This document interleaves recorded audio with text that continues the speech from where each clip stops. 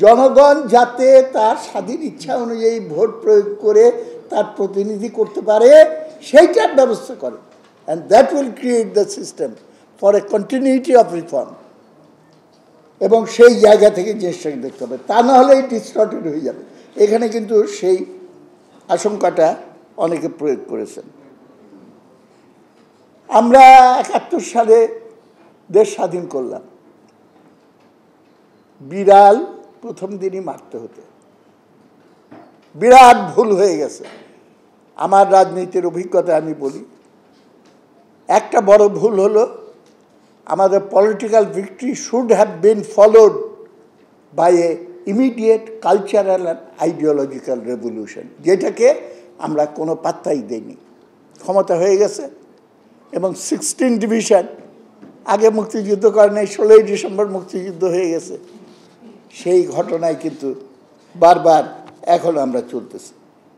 এবং সেই সময় এইটার সঙ্গে যুক্ত করে আমি বলতে চাই, radical judicial reform should have been enacted at the dawn of our journey as a independent state. সেইটা না করার খেসারত আমরা ভুগতেছি। এবং যার ফলে সেই ব্রিটিশ আমলের পেনাল কোড, ব্রিটিশ আমলের, পাকিস্তান আমলের সমস্ত ধারা, কিন্তু আমরা মুক্তিযুদ্ধ করলাম with discontinuity as our goal. We will make the process of discontinuity more prominent than the process of continuity. কিন্তু আমরা কন্টিনিউটির ধারায় গেলাম। তাজউদ্দিন সাহেব বললেন, তখনও বঙ্গবন্ধু পাকিস্তানে আটক, তিনি বললেন আমি ক্যাম্প করব। অ্যান্টিব্যাকটেরিয়াল অ্যাডিটিভ যুক্ত সেরা ওয়াটার ট্যাঙ্ক বিশুদ্ধ পানিতে ব্যাকটেরিয়া জন্মাতে দেয় না। এবং দেশ চালাবে মুক্তিযোদ্ধারা, এবং সমস্ত নাম লেখান। মুক্তিযোদ্ধাদের ভেতর থেকে ডিসি হবে, এসপি হবে, অফিসার হবে, ব্যাংকের হবে, ম্যানেজার হবে, সিপাহী হবে, পুলিশ হবে, সব এইভাবে হবে। বঙ্গবন্ধু ফিরে এসে আমরা বলেছিলাম অস্থায়ী বিপ্লবী সরকার করেন, কিন্তু উনি ফিরে এসে কন্টিনিউটির উপরে স্ট্রেস করলেন এবং পার্লামেন্টারি সিস্টেমে প্রেসিডেন্টের পদ ত্যাগ করে প্রাইম মিনিস্টার হয়ে গেলেন, পার্লামেন্টারি ডেমোক্রেসির সিস্টেমে চলে গেল। কন্টিনিউটি বিকেম মোর ইম্পর্টেন্ট, মোর প্রমিনেন্ট দ্যান ডিসকন্টিনিউটি।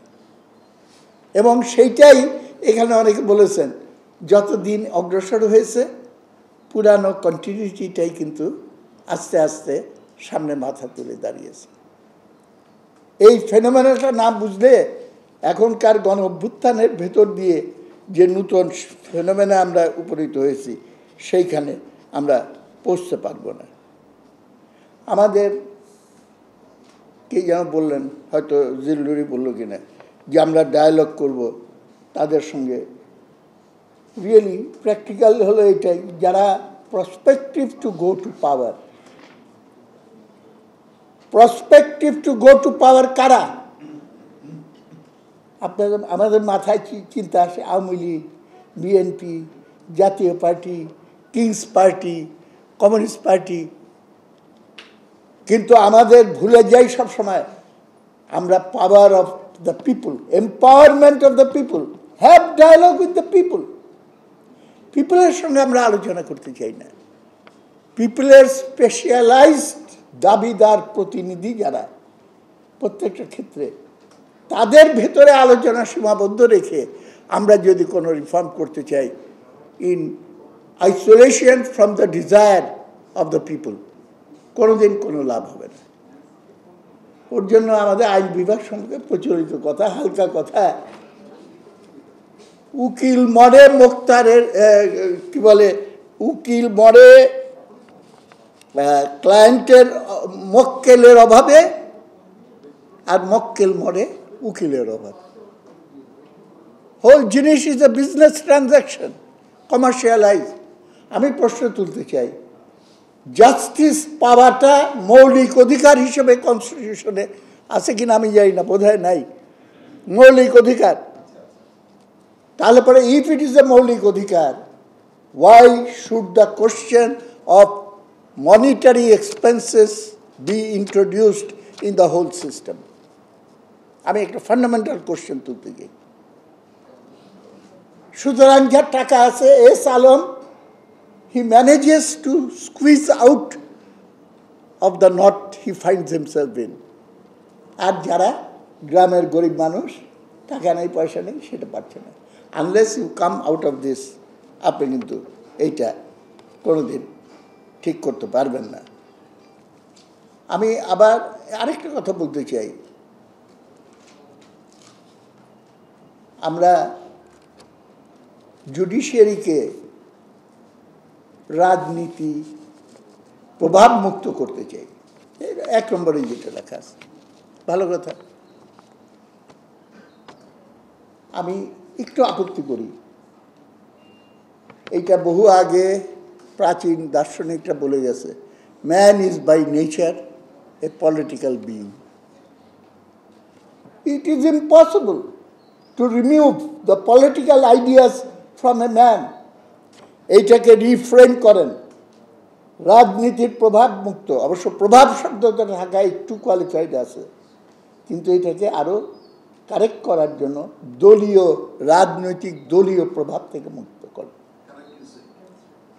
সঙ্গে সঙ্গে আসল যেটা অর্থবিত্তের প্রভাব থেকে জুডিশিয়াল সিস্টেমকে মুক্ত করতে হবে, এবং সেই প্রসঙ্গেই আমি বললাম ফান্ডামেন্টাল রাইটসের কোশ্চেনটা।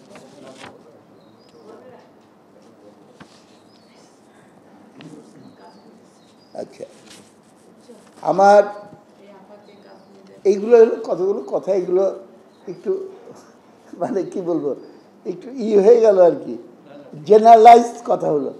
দেয়ার আর কংক্রিট সাজেশনস এই হাউসে যেগুলো দেওয়া হয়েছে, don't think I am against them.